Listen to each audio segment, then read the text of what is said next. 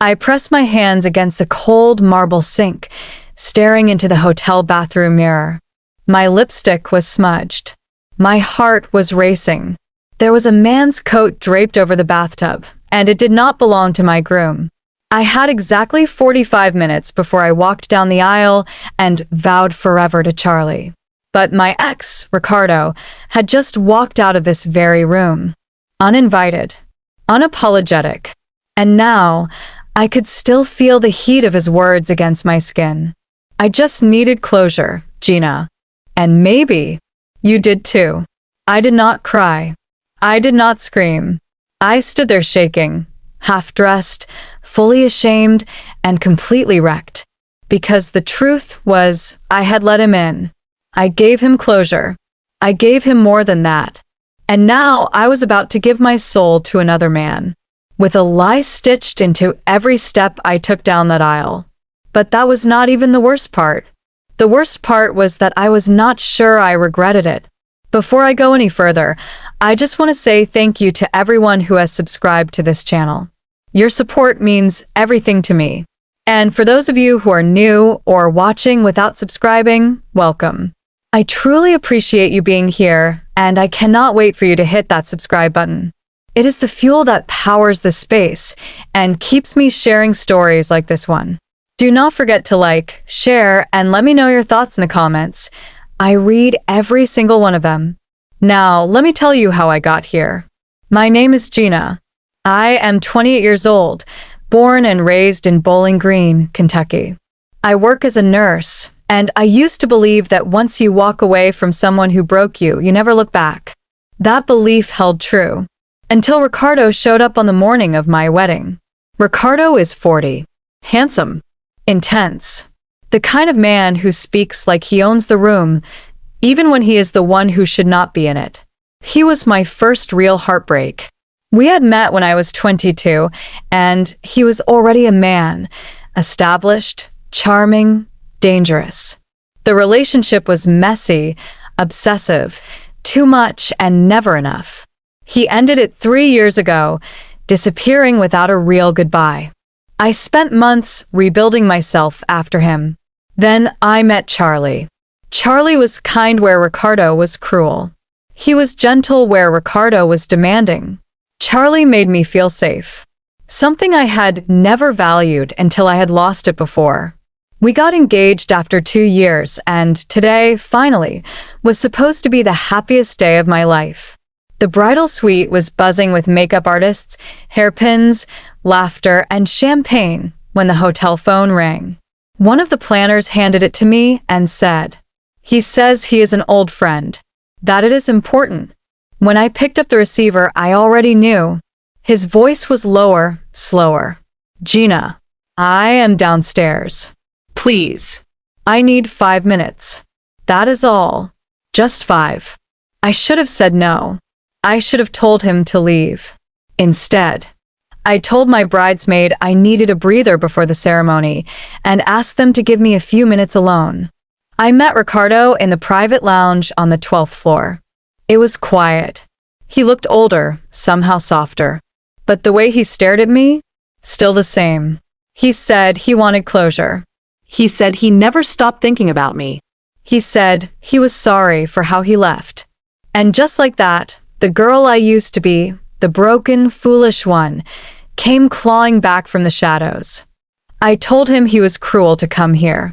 I told him I was marrying a good man. I told him I did not want to feel anything for him anymore. But I was lying. To him. To myself. Somewhere between his apology and my silence, I let him step closer. And I let myself fall back into something I thought I had buried.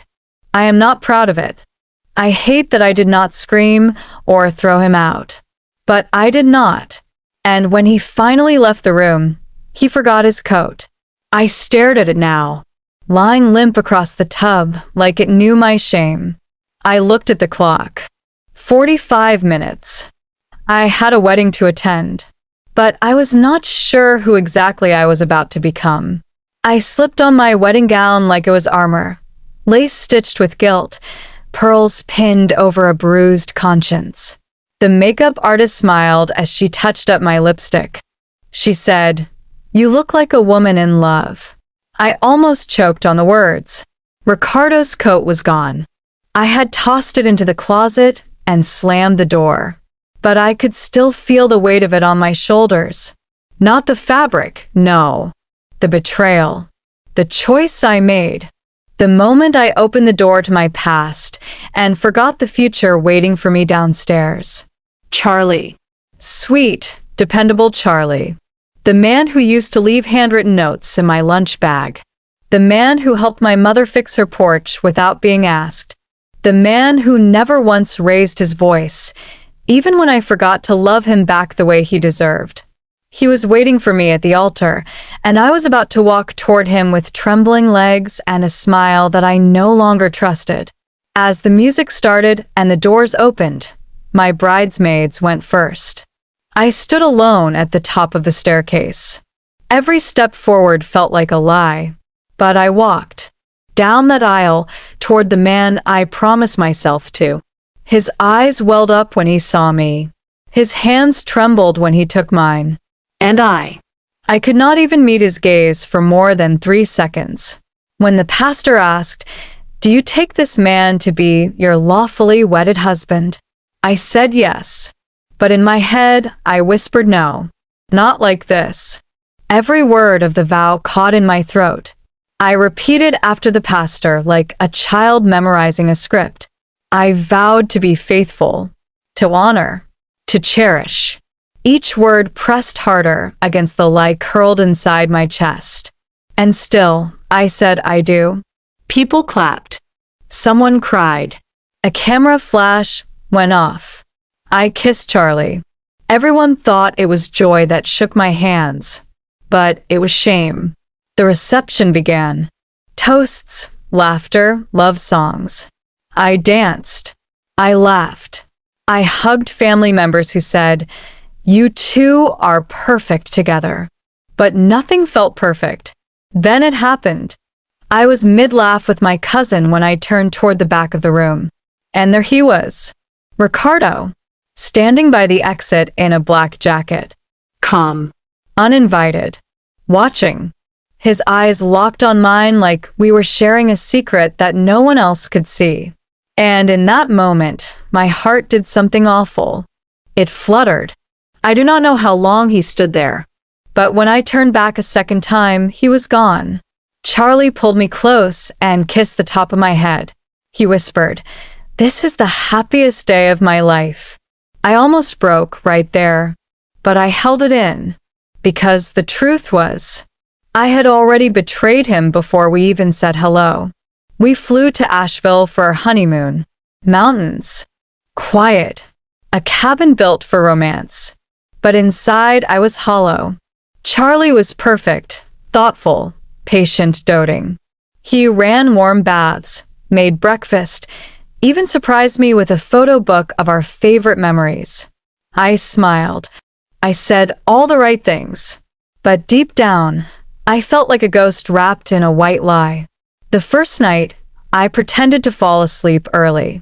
The second, I claimed I had a headache. On the third night, Charlie finally asked me, "Are you happy?" I said yes. But I looked away when I said it. We returned home to Kentucky and tried to settle into married life. Charlie went back to teaching. I went back to the hospital. People kept calling me Mrs. Jefferson. Every time I heard it, I felt like I was wearing someone else's skin. 2 weeks passed. Then it started again. A message. Just one. From Ricardo. I keep thinking about that morning. You meant it. I know you did. I stared at the screen for so long the words burned. I deleted the message. But the damage was done. My heart began to itch where the guilt used to live. Now it throbbed. More messages came. I never responded. But I never blocked him either. Then one afternoon, Charlie asked me to help transfer photos from my phone to our shared drive. I forgot. I left the gallery open. I went to take a shower. And when I came out, he was standing in the doorway, phone in hand, a photo of Ricardo's coat, time-stamped on the morning, of our wedding. He did not yell. He did not accuse. He just looked at me, like someone who had lost something they did not know was already gone. "Did something happen that morning?" he asked. I said nothing. That silence said everything. Charlie left the house that night. He stayed at his brother's, then his mother's. He came back once to get more clothes. He looked tired, broken, like the kind of man who replayed every moment in his mind, wondering where he missed the signs. I begged. I cried. I confessed. I told him the truth, what little of it I had the courage to admit. But the truth did not fix anything. It only made the loss more real. Months have passed now. I live alone. Ricardo is out of my life for good, this time by my own choice. But the damage is permanent. People still ask what happened to my marriage. I tell them we were not ready. That is a lie too. The truth is, I was selfish. I was weak. I thought closure meant dipping back into pain one last time, but it cost me everything ahead of me. You know what they do not tell you? Sometimes closure is not a conversation. Sometimes it is silence. A door you never open again. I open mine, and I walk through it, right into a future I no longer deserve. Thank you for listening to my story. If you made it this far, I truly appreciate your time. Please tell me what you think in the comments.